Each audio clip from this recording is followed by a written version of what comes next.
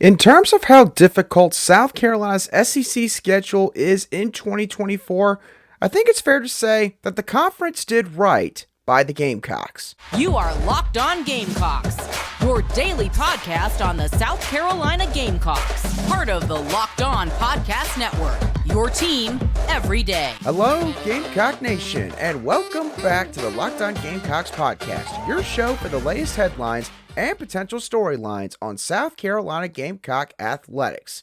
I'm Andrew Lyon, the host of this podcast, and also a staff writer for Gamecocks Digest over on SI.com. Thank y'all so much for making the Locked On Gamecocks podcast your first listener watch here today. We are free and available both on YouTube and also wherever you get your audio podcasts daily.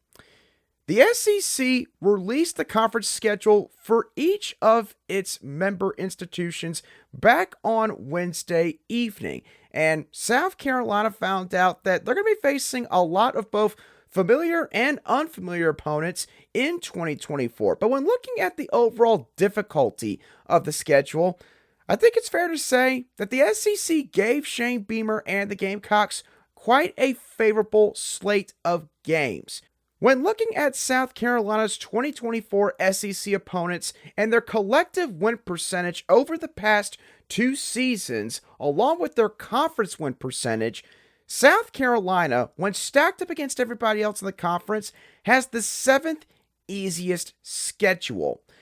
Looking back at their 2024 SEC schedule, as a quick reminder to all of you, the Gamecocks have home games against the LSU Tigers, the Ole Miss Rebels, the Texas A&M Aggies, and the Missouri Tigers.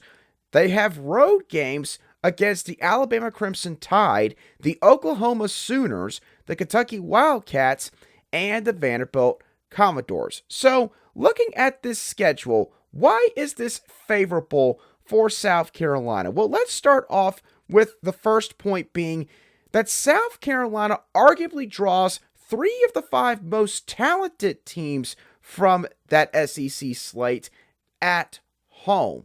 South Carolina is obviously going to have their toughest game be against the Alabama Crimson Tide. Alabama, out of the group of teams I just mentioned, is clearly the most talented team and will by far be the biggest challenge when you especially consider the fact that you got to face off against the Crimson Tide in Bryant-Denny Stadium. But the LSU Tigers, Texas A&M Aggies, and Ole Miss Rebels all having to go to your own friendly confines in Williams-Brice Stadium is huge, in my opinion, for the Gamecocks. LSU is going to lose a lot of experience and some of their top-end talent after the 2023 season. Obviously, Brian Kelly is clearly restocking that roster with every recruiting class that he's bringing into Baton Rouge. But I don't think LSU is at the point yet where they're essentially reloading every year from a personnel standpoint, and they can avoid maybe dropping 2 to 3 extra games the very next season. Texas A&M, obviously, a lot is going on in College Station right now. By the time 2024 rolls around, there could be a coaching transition taking place with the Aggies. But Texas A&M is still going to have a lot of talent on their squad. Nobody can deny them that. And then you have Ole Miss, who goes through constant roster turnover every single offseason, thanks in large part to the way that Lane Kiffin goes about acquiring his talent, which these days is mainly through the transfer portal. But again, Lane Kiffin, you got to give the man his credit.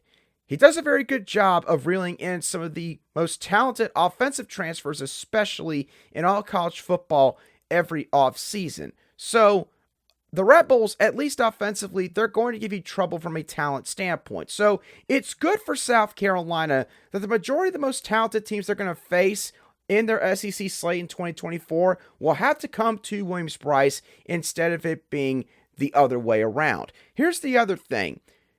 There aren't many games in that schedule where you sit there and say, I see no way South Carolina can win here.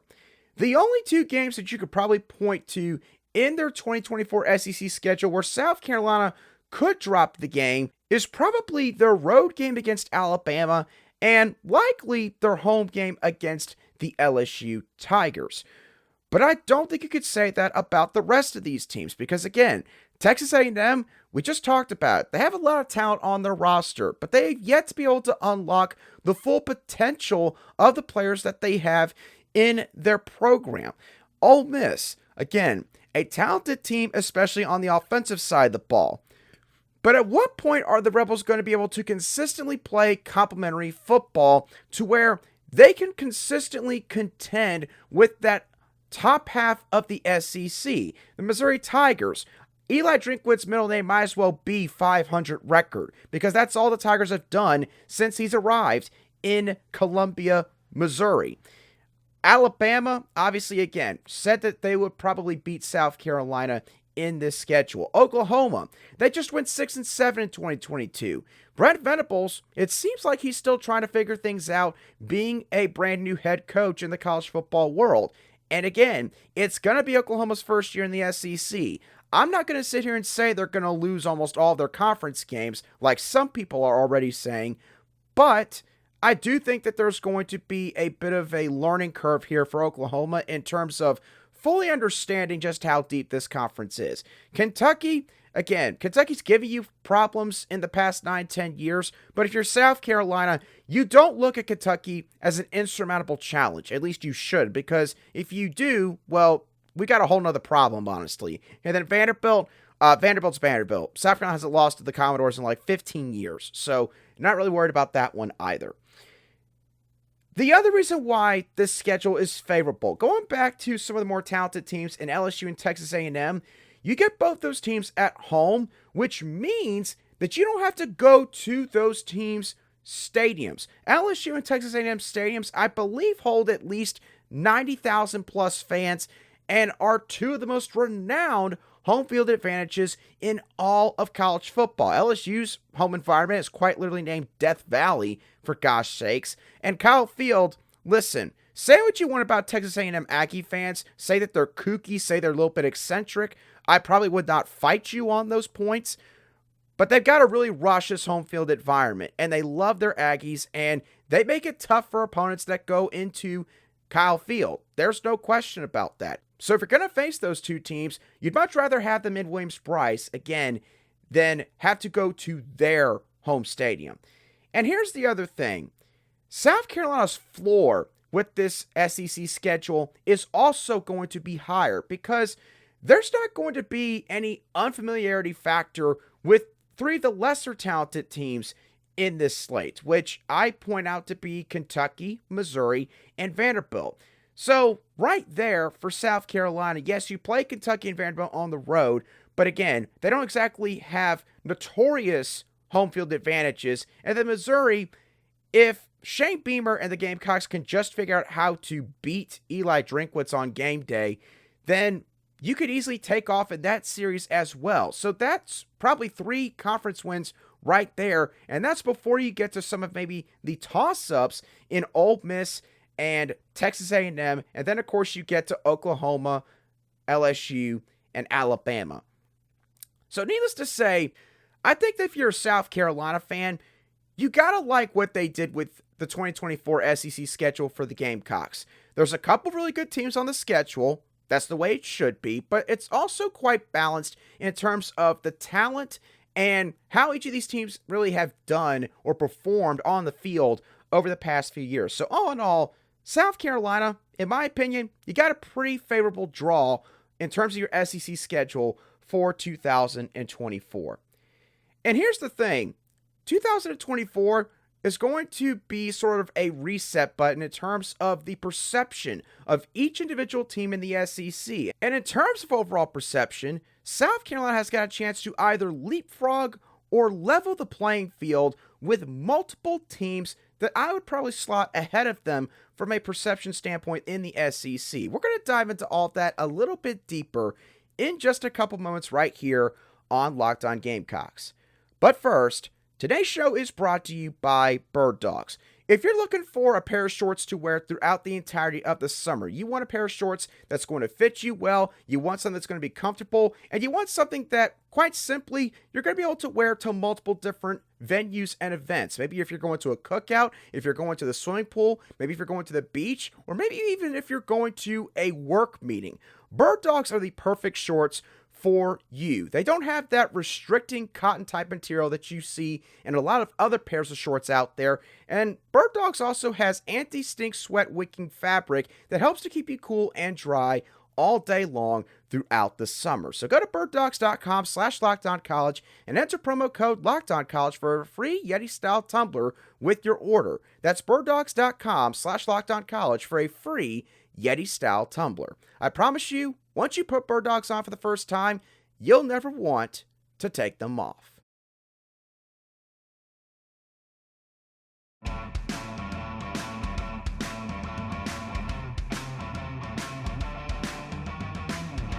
Welcome back to this Friday edition of the Locked On Gamecocks podcast, where we cover your South Carolina Gamecocks every single day. And speaking of every single day, thank you to all of you everydayers for making the Locked On Gamecocks podcast your daily choice for South Carolina Gamecock sports coverage.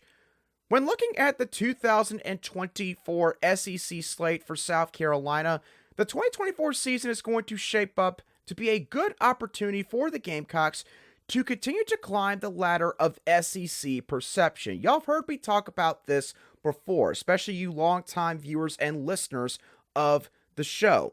Perception is a big deal when it comes to the sport of college football, because for a team like South Carolina, getting respect, it's not easy for them because they don't have maybe the history that other programs do. They don't maybe have a trophy case that is completely stacked to the gills like other programs do. So South Carolina, they have to maybe string victories together or validate performances year over year in order to be able to really climb the ladder of perception, especially in the SEC. And when ranking teams based on perception in the SEC right now, this is sort of my overall thoughts. Georgia, in my opinion, right now is at the very top of the conference. Vanderbilt, of course, is the team at the very bottom. But after Georgia, I've got Alabama number 2, LSU number 3. Number 4, I've got Texas. 5, I've got Tennessee. 6th is Oklahoma. 7th is Texas A&M. 8th is Ole Miss. And 9th is where I have the South Carolina Gamecocks currently slotted in terms of overall perception in the SEC. But here's the thing.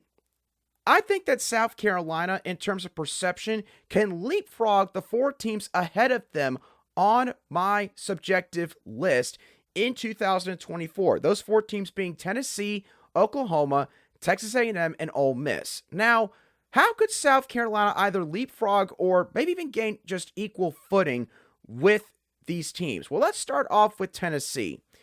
South Carolina obviously has got a really big game coming up in Knoxville in 2023. As a reminder, the Gamecocks are not playing the Volunteers in 2024. So this is one of those series where for South Carolina, the lasting image that everybody outside of this fan base is going to have of this game is going to mainly reside with what all takes place in their 2023 contest against the Tennessee Volunteers. If South Carolina can go up to Knoxville and beat Tennessee in 2023, which would be 2 straight victories over the Volunteers, and let's say Tennessee stumbles a little bit in 2024, because the Volunteers, they've got a pretty tough SEC schedule 2 years from now. They've got to play the Georgia Bulldogs, the Alabama Crimson Tide, and the Oklahoma Sooners, along with teams like the Kentucky Wildcats and the Arkansas Razorbacks. In terms of overall win percentage for each team in the SEC from the past 2 seasons, Tennessee's got one of the 5 toughest schedules in the SEC for 2024. So for South Carolina, if you can beat Tennessee this upcoming season and then hold serve in 2024 and Tennessee stumble somewhat 2 years from now, then you could absolutely leapfrog Tennessee in terms of perception in the present time when it comes to SEC football. When talking about Oklahoma, for you everydayers, again, if you watched or listened to yesterday's show, you heard me talk about this a little bit, so I'll try to keep it short and sweet today. Oklahoma and Texas, it is just assumed that once they join this conference, they're basically going to be cutting in line in front of teams like South Carolina, Kentucky, Mississippi State, Missouri, you name it. Basically the teams that are universally viewed as being in the bottom half of the SEC conference. And again, no one's going to argue against the history, but if you're South Carolina, what better way to send a message to Oklahoma than by going into Norman and beating them in your first ever meeting against the Sooners in 2024? And again, we talked about this earlier as well. Oklahoma just went 6-7 in 2022. Not trying to say the program is falling off a cliff per se, but it kind of seems like Oklahoma has got some things that they need to figure out right now, along with Brent Venables. And so for South Carolina, if Oklahoma can't turn things around quickly, they get into the SEC. They've also got a pretty tough schedule on their own end. If they can't beat South Carolina, the Gamecocks can go into Oklahoma and beat the Sooners. Then South Carolina, at least after year one, could leap ahead of Oklahoma or be right there with them when it comes to perception in the SEC. Texas A&M, kind of the same deal as Tennessee. You finally beat Texas A&M in 2022. You get the monkey off your back in the sense that you had lost 8 straight. You had never beaten them in your series against the Aggies. All that's now gone. Now, people are going to move the goalpost for South Carolina, which is a good thing in this case. And they're going to say, okay, you finally beat Texas A&M. Good on you. Now prove it wasn't a one-off. Can you beat them 2 years in a row? If South Carolina can go into Kyle Field in 2023 and beat the Aggies, then that would be obviously 2 straight wins. And then Texas A&M would have to come back to Columbia in 2024. In this scenario, you'd have a chance for 3 straight wins over a team that at one point had you at 0-8 in the series history. And also, Jimbo Fisher, is he going to still be there in College Station? It's looking very unstable right now when it comes to the Aggies football program. They're hoping that Bobby Petrino, for gosh sakes, all the off-field issues he's had in several years past, is going to help them right the ship. So the Gamecocks can absolutely supplant Texas A&M in terms of perception in the SEC. And then the last team I'll talk about real quick is the Ole Miss Rebels. Now, you might be able to make the argument that South Carolina, from a perception standpoint, is maybe already equal with Ole Miss, or maybe is even just a touch ahead of the Rebels. But personally, I do feel like that right now, nationally speaking, Ole Miss is viewed as being just 1 or 2 slots ahead of South Carolina, either way you slice it when it comes to perception in the SEC's football landscape. Now, here's the thing. They both have got pretty similar history. Lane Kiffin and Shane Beamer have both progressed their programs in multiple facets in a very short period of time, and they've both got a clear identity. Ole Miss likes to have an explosive offense, whether it is the passing game or the ground game, and for South Carolina, they try to play fundamentally sound football. Special teams is just as important as offense and defense. Forcing turnovers on defense helps to give the offense more chances to score points. You name it, that is Beamer ball.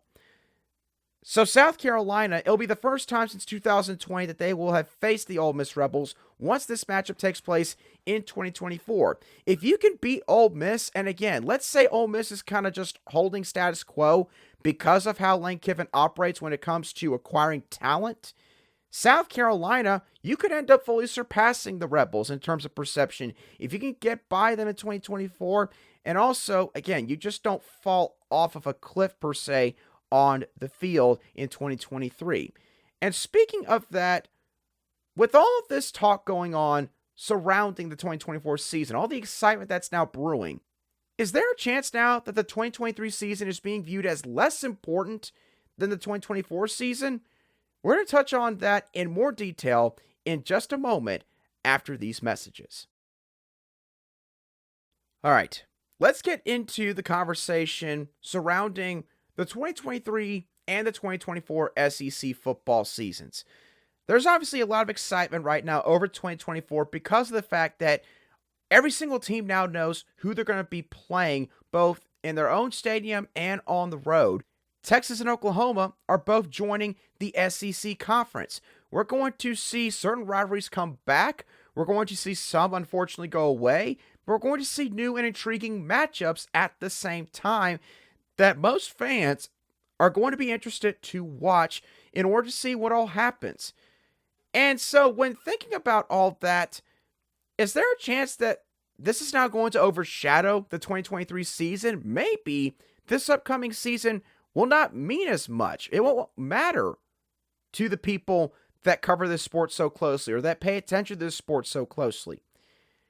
I think that that's definitely the case. I do think that you are right now seeing the 2023 football season in the SEC lose its importance for the most part because of what all is going to happen in 2024.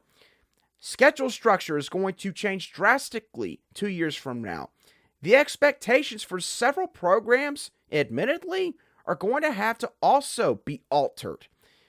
The short memories of talking heads are going to become even shorter in the 2023 offseason. Just you wait. There'll probably be plenty of things that I'm going to be forgetting about from 2023 because of myself looking ahead to 2024.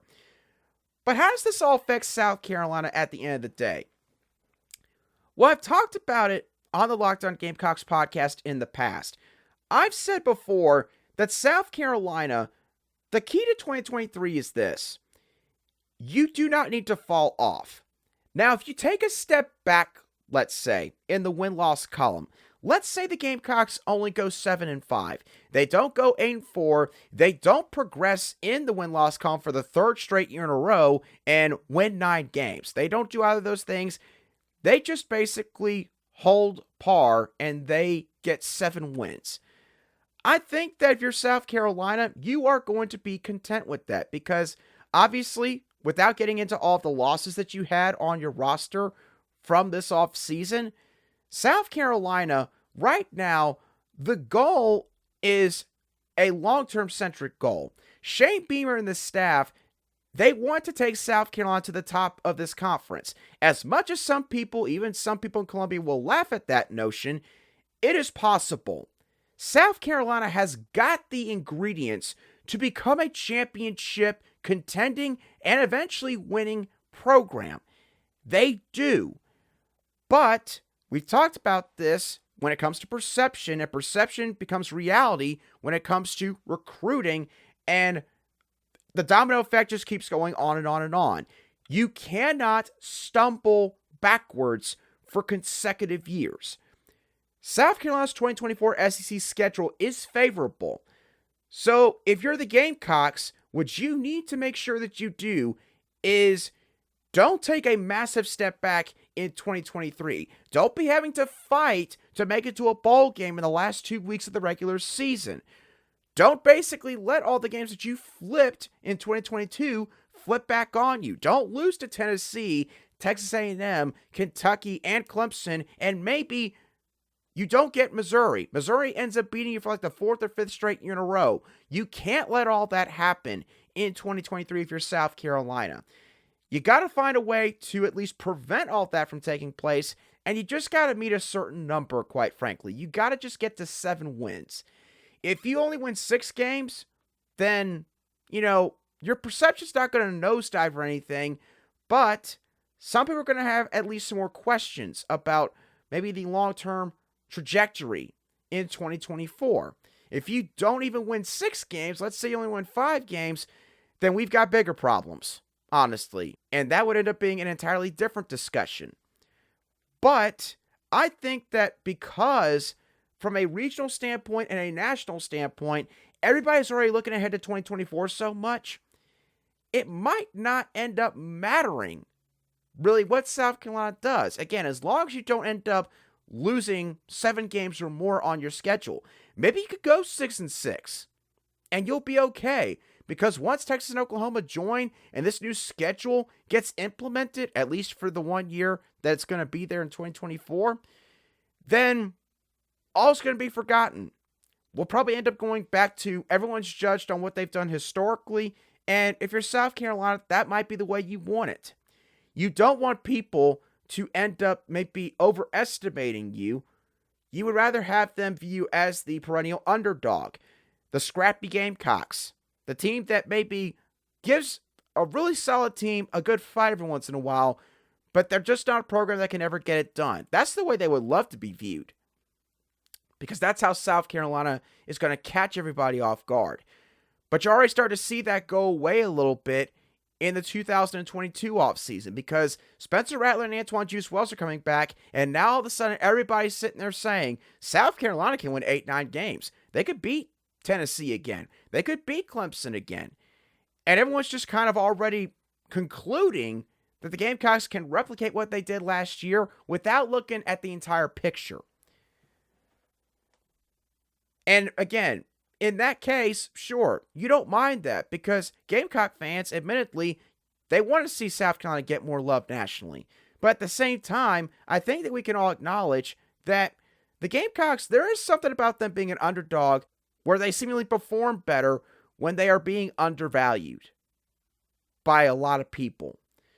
So 2024, overshadowing 2023, it could end up benefiting South Carolina to a great extent, depending on how you view their entire situation. But all in all, it's going to be a lot of fun what all is going to take place over the next 12, 13 months. And I personally cannot wait for either season to take place. There's no question about that. What are y'all's thoughts about the 2024 season potentially overshadowing the 2023 season? What do you think about South Carolina's 2024 schedule? What are your overall takeaways from it? Do you think it's favorable? And lastly, do you think that South Carolina could leapfrog multiple SEC teams in terms of perception in 2024? Let me know your thoughts on all of those topics down below in the comments section if you watch today's show on YouTube, or if you listen to today's show on an audio podcast app, you can shoot me a direct message on Twitter at @aline_SC, and I'll try to respond to your message or comment as quickly as I see it. Once again, thank y'all so much for tuning in to today's edition of Locked On Gamecocks. Have a great rest of your Friday and a fantastic weekend. I will catch y'all on the next show of the Locked On Gamecocks podcast.